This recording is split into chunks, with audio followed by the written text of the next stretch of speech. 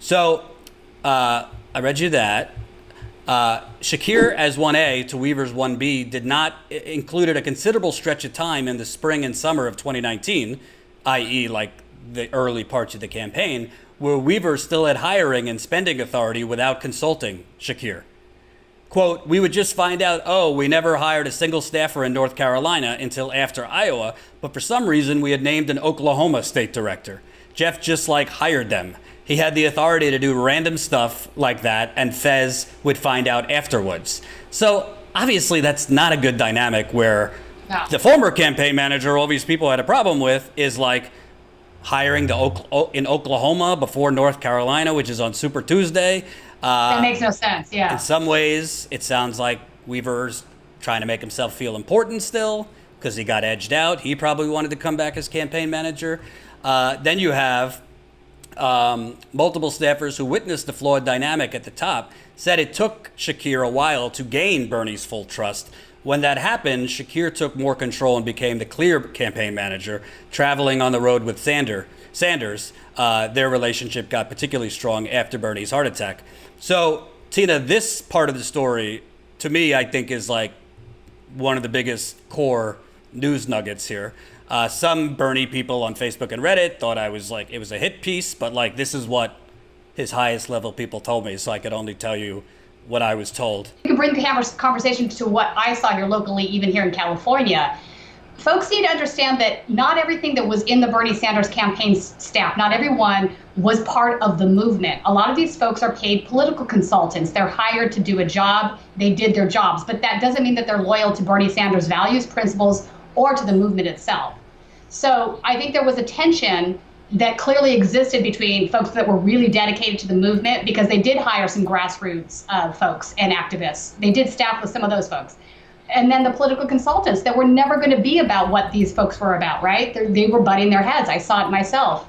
I think it sort of reached a crescendo at one point when the paid political consultants became way too worried about what the establishment thought of them, what the mainstream media thought of them, because the grassroots folks over here cared more about the policies. They cared more about giving a voice to people that don't have a voice currently.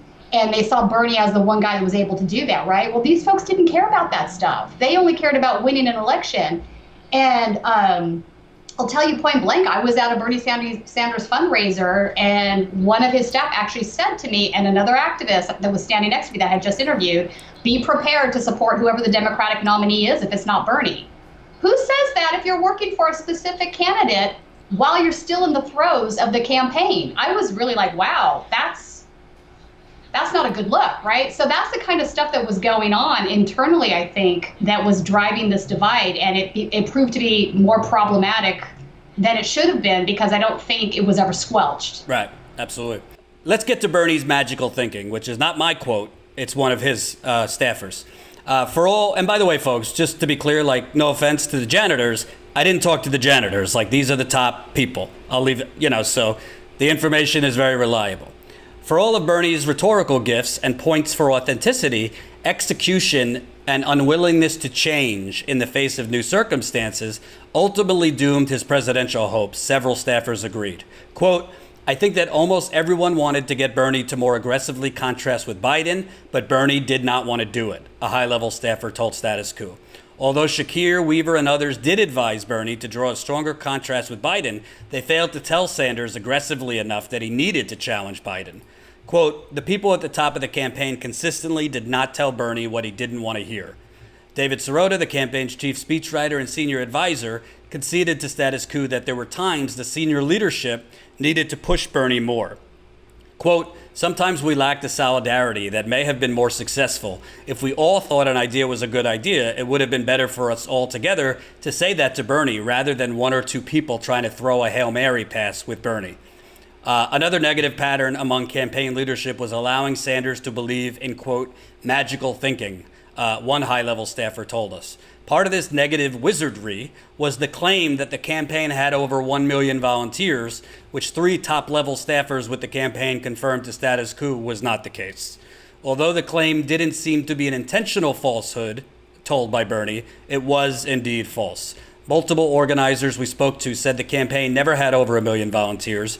Bernie counted 1 million people responding to emails and text messages with an affirmative, "I'm with Bernie," as the same thing as having 1 million volunteers, even though that's not the same thing as having 1 million people signed up to actively phone bank, work rallies, canvass, etc. Quote, "Nobody ever wanted to tell Bernie, hey, we don't actually have 1 million volunteers," a source told Status Coup, leading to Sanders making the claim across the campaign trail. That falsehood led Bernie to stubbornly resist hiring more paid staffers in Iowa, demanding that the campaign lean on its army of volunteers, despite that army being smaller than Bernie realized. So this is another point, and I think some people, Tina, will latch on to this. Oh, yeah. Bernie's a fraud and a liar and this, that, and the other thing. To be honest with you, I don't think Bernie Sanders is a liar. I genuinely think he's a 78-year-old guy who was like, oh, 1 million people responded? We got 1 million volunteers. Yeah. You know what I mean? Right. But right. I know. Well, there's a difference between 1 million people saying, yes, I'm with you, I'm downloading the Burn app, etc., and then actually signing up to do phone banking, right? That next level of dedication is what was really going to be required, right? So these are folks that are going to go on Canvas, knock on doors, sit down, twice a week and use the Bernie dialer. Obviously, not everybody that said, yes, I have this enthusiasm for you, we're willing to make that second step, right? So that makes sense to me. So I think what's important here is, and, honestly, I'm not, I try not to be an ageist, but part of this is when you have somebody like Bernie, who's been in D.C. for so long, is so passionate about the policies, making things more equal economically, racially, this and that, but he's not like an amazing politician. He doesn't really get, just like the example with our revolution, where he didn't really understand how it was being set up, the details like that. Yeah. I heard many times on the campaign trail from staffers that Bernie doesn't like to get involved in the details. So that's clear. I was at the rallies. He was boasting. We got over 1 million volunteers. I was reporting that. Why would I think anything other? And it gives you a false sense of security that, as a journalist, but also maybe a volunteer or people in the Bernie wing. Well, it doesn't matter how much the establishment throws at us because we have the people power on the ground. Now, they obviously had way more volunteers than Biden, who didn't even have offices in half of these states that he won on Super Tuesday. Yeah, hell, Biden never campaigned in the state of California. He didn't even show up to KDEM to talk to the delegates. Right. I mean, but the problem is, as I'm about to show you, part of that magical thinking that we have 1 million volunteers made Bernie say, well, let's not hire more paid staffers. That's the problem. So let me read more of that part so you guys understand that. One top campaign official told Status Coup that in retrospect, they would have hired more paid phone bankers and canvassers for early states and key Super Tuesday states. In real time, this proved difficult when some periods of the campaign had more money pouring in than others. Quote, "We were pretty damn tight on margins," the official said about finances for the campaign in November and December, before a surge in donations came at the end of January and mid-February, a point in the campaign that didn't leave enough time to hire, train, and effectively deploy enough paid organizers on the ground for Super Tuesday states. Another aspect of Sanders' push to rely on volunteers was his anxiety and aversion to having, quote, "too many mouths to feed," one high-level staffer told Status Coup, which is not the first time I heard that. He was having a conniption in 2016 about the amount of staff they had, not because he's cheap, but because it's a lot of pressure to keep bringing in that amount of donations to keep people staffed. Keep money for, obviously you need money for benefits. It was a unionized staff, those kind of things. So him and Jane, in 2020, one sore spot, both Sanders and his wife, Jane, expressed to senior leadership was the number of advanced staffers, which are the campaign workers who plan ahead and day of for rallies across the country. Quote, "Bernie and Jane said there are too many staff," a senior level staffer told Status Coup, recounting that the campaign then started trying to hide the amount of staff that were working on the rallies. Sanders then asked for non-advanced staffers in key states to be pulled away from their duties to organize and work the rallies. This caused chaos since these staffers didn't know how to run rallies, as well as paid advanced staffers. When these staffers were pulled away from their roles to work rallies, it led to less doors being knocked on and field events occurring, leading Sanders to grow frustrated, demanding to know why. So one staffer put it to me, well, you canceled all the field events so that the field staff can go staff your rally. And that person said it with a bit of an attitude. Sanders' spokesperson didn't provide on-the-record comments on the claim regarding 1 million volunteers or other reporting. To be fair, Sanders' spokesperson said he was going to respond with comments, then he didn't. So I don't know, maybe they had a change of heart. The over-reliance on a volunteer army not as large as Bernie thought also served as the rationale behind what several paid organizers told us was the fatal decision to over-rely on the distributed organizing model, a model that delegates organizing largely to campaign volunteers. Paid organizers for the campaign that worked in Iowa, Nevada, South Carolina, and Michigan told Status Coup that in states the campaign invested in a strong network of paid organizers, Sanders won.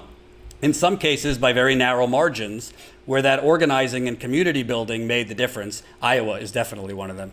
In Iowa, New Hampshire, Nevada, and California, the campaign invested heavily in deep organizing, and that investment paid off. A letter sent to Status Coup signed by 4 paid campaign organizers said, let me just read part of this letter that they sent to me.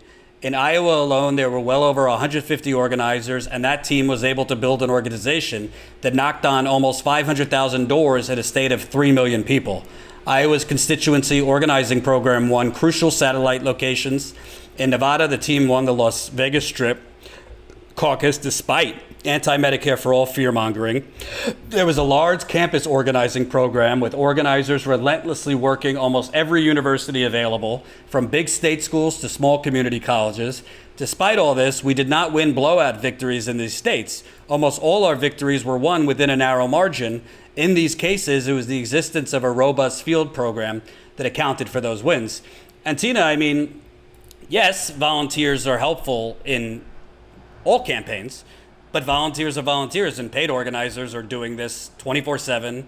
They most of the time have a little bit experience at other campaigns, and I don't want to say they're better, but they have more experience, I would say. Hope you enjoyed that last video. Hop on over to statuscoup.com where you can sign up for our email list and become a member for as low as $5 to $10 a month.